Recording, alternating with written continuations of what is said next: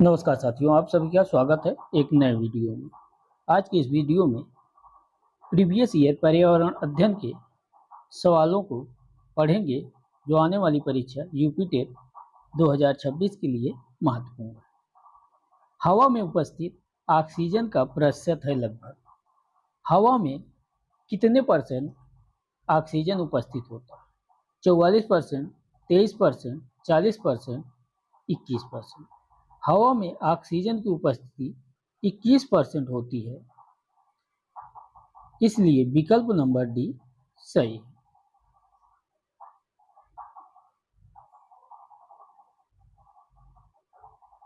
परम तापक्रम पैमाना कौन सा है? परम तापक्रम पैमाना कौन सा है? सेल्सियस, फ़ारेनहाइट, केल्विन, इनमें से सभी। परम तापक्रम पैमाना केल्विन होता है, इसलिए विकल्प नंबर सी सही है। प्रकाश संश्लेषण संपादित होता है सभी पौधों द्वारा, सभी जंतुओं एवं पौधों द्वारा, सभी हरे पौधों द्वारा, वायरसों द्वारा। प्रकाश संश्लेषण संपादित होता है सभी हरे पौधों द्वारा, क्योंकि प्रकाश संश्लेषण के लिए क्लोरोफिल की आवश्यकता होती है, इसलिए सभी हरे पौधे प्रकाश संश्लेषण करते हैं। ध्वनि या ध्वनि प्रदूषण मापा जाता है। ध्वनि या ध्वनि प्रदूषण किस में मापा जाता है? फन में, डेसीबल में या डेसीबल में? ध्वनि या ध्वनि प्रदूषण को डेसीबल में मापा जाता है, इसलिए विकल्प नंबर सी सही है।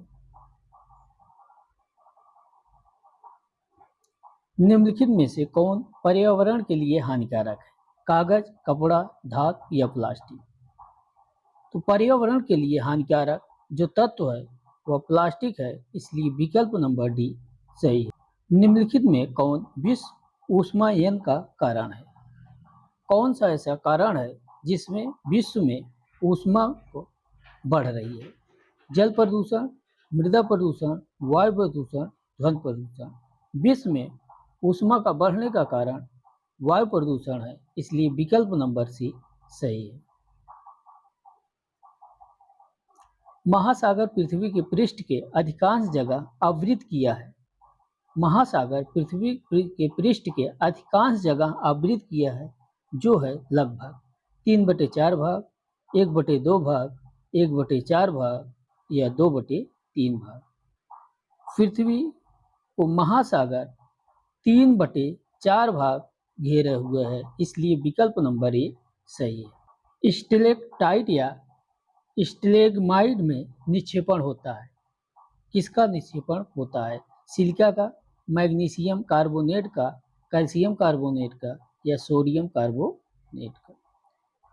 कैल्शियम कार्बोनेट का निक्षेपण होता है, इसलिए विकल्प नंबर सी सही है। निम्नलिखित में से कौन वायु प्रदूषण का एक उदाहरण है? धुआं एवं कुहासा, वाहनों से निकलने वाली गैस, जलती लकड़ी की चारकोल से निकलती गैस। वायु प्रदूषण का धुआं एवं कुहासा, वाहनों से निकलने वाली गैस, जलती लकड़ी की चारकोल से निकली गैस, ये सभी हैं, इसलिए विकल्प नंबर डी सही है। भारत तथा दूसरे देशों में प्रदूषण को रोकने के लिए बनाए गए नियम का प्रयोग रोकता है। भारत तथा दूसरे देशों में कौन सा ऐसा नियम बनाया गया है जिससे प्रदूषण को रोकने में सहायता प्राप्त होती है? कागज के थैले, प्लास्टिक के थैले, नायलॉन के थैले या चमड़े के थैले? भारत तथा दूसरे देशों में प्लास्टिक को रोकने के लिए नियम बनाए गए हैं। पारिस्थितिकी तंत्र का उदाहरण है। पारिस्थितिकी तंत्र का कौन उदाहरण है? वायु, तालाब, जल एवं मृदा? पारिस्थितिकी तंत्र का तालाब उदाहरण है, इसलिए विकल्प नंबर भी सही है। कौन जीवी कारक नहीं है? कौन सा ऐसा विकल्प है जो जीवी कारक नहीं है? पेड़ पौधे, जंतु, सूक्ष्मजीव या प्रस्तर? तो दिए गए विकल्पों में से प्रस्तर जीवी कारक नहीं है, इसलिए विकल्प नंबर डी सही है। अधिकतर पेड़ पौधे पाए जाते हैं। स्थल मंडल में, जल मंडल में, वायुमंडल में या प्रकाश में। अधिकतर पेड़ पौधे स्थल मंडल में पाए जाते हैं, इसलिए विकल्प नंबर ए सही है। अन्य मृत जंतुओं पर जीवन निर्वाह करने वाले प्राणी को कहा जाता है। जो मृत जंतुओं के ऊपर रह करके अपने जीवन का निर्वाह करते हैं उनको क्या कहा जाता है? पैरासाइट, डीकम्पोजर, स्क्वेंजर या ओमनीवोर। जो मृत जंतुओं पर रह करके अपने जीवन का निर्वाह करते हैं उसको स्क्वेंजर कहा जाता है, इसलिए विकल्प नंबर सी सही है। सीएनजी संक्षिप्त रूप है। सीएनजी किसका संक्षिप्त रूप है? क्लीन नेचुरल गैस का, कंप्रेस्ड नेचुरल गैस का, कार्बोनाइटेड नेचुरल गैस का या कार्बोरेटर नेचुरल गैस का। सीएनजी कंप्रेस्ड नेचुरल गैस का उदाहरण है, इसलिए विकल्प नंबर बी सही है। वातावरण में अत्यधिक हानिकारक सल्फर मिश्रित गैस है। सल्फर है या H2S है या SF6 है या SO2 है। वातावरण में अत्यधिक हानिकारक गैस SO2 है, सल्फर डाइऑक्साइड है, इसलिए विकल्प नंबर डी सही है। वायु प्रदूषण को कम किया जा सकता है वृक्षों द्वारा, मछलियों द्वारा, जंतुओं द्वारा या सूर्य प्रकाश के द्वारा। वायु प्रदूषण को वृक्षों के द्वारा कम किया जा सकता है, इसलिए विकल्प नंबर ए सही है।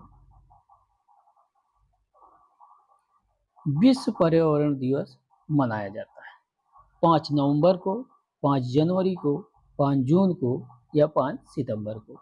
विश्व पर्यावरण दिवस 5 जून को मनाया जाता है, इसलिए विकल्प नंबर सी सही है। सूर्य की हानिकारक किरणों से पृथ्वी को कौन सा स्तर सुरक्षित रखता है? सूर्य के हानिकारक किरणों को कौन सा ऐसा स्तर है जो सुरक्षित रखता है? आयन मंडल, ओजोन मंडल, क्षोभ मंडल, चुंबक मंडल। सूर्य के हानिकारक किरणों को ओजोन मंडल सुरक्षित रखता है, इसलिए विकल्प नंबर बी सही है। किसी जगह के फ्लोरा तथा फौना सूचित करता है। किसी जगह का फ्लोरा तथा फौना सूचित करता है पेड़ पौधों एवं जंतुओं को, मछलियों एवं पेड़ पौधों को, जंतुओं एवं मछलियों को, पक्षियों एवं पेड़ पौधों को। किसी जगह के फ्लोरा एवं फौना सूचित करता है पेड़ पौधों एवं जंतुओं को, इसलिए विकल्प नंबर ए सही है। विश्व ऊष्मायन के लिए निम्न में से कौन सा कारक है? वाहनों से निकली गैस, पेड़ पौधों से निकली गैस, भट्टियों से निकली गर्म हवा या रसोई गैस। विश्व में ऊष्मायन के लिए प्रमुख कारण वाहनों से निकलने वाली गैस है। धातुमय प्रस्तर किसे कहा जाता है? विटामिन को, बॉक्साइट को, मेटालाइट को, अयस्क को। धातुमय प्रस्तर अयस्क को कहा जाता है, इसलिए विकल्प नंबर डी सही है। पेड़ पौधे प्रदूषण को घटाते हैं क्योंकि वह अवशोषित करते हैं। पेड़ पौधे प्रदूषण को घटाते हैं क्योंकि वे अवशोषण करते हैं सल्फर डाइऑक्साइड का, कार्बन डाइऑक्साइड का, कार्बन मोनोऑक्साइड का, नाइट्रोजन का।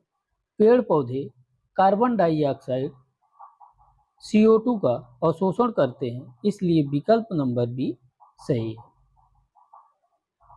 भूकंप मापा जाता है। भूकंप को किसमें मापा जाता है? बोफोर्ड पैमाने में, डेसिबल में, न्यूटन में या रिएक्टर पैमाने में। भूकंप को रिएक्टर पैमाने में मापा जाता है, इसलिए विकल्प नंबर डी सही है। महासागरों में जल स्तर वृद्धि का कारण है। महासागरों में किस कारण से जल स्तर की वृद्धि हो रही है? ध्रुवीय प्रदेश में बर्फ का पिघलना, अत्यधिक वर्षा, अम्ल वर्षा। महासागर में जल स्तर की वृद्धि का प्रमुख कारण ध्रुवीय प्रदेशों में बर्फ का पिघलना है, इसलिए विकल्प नंबर ए सही है।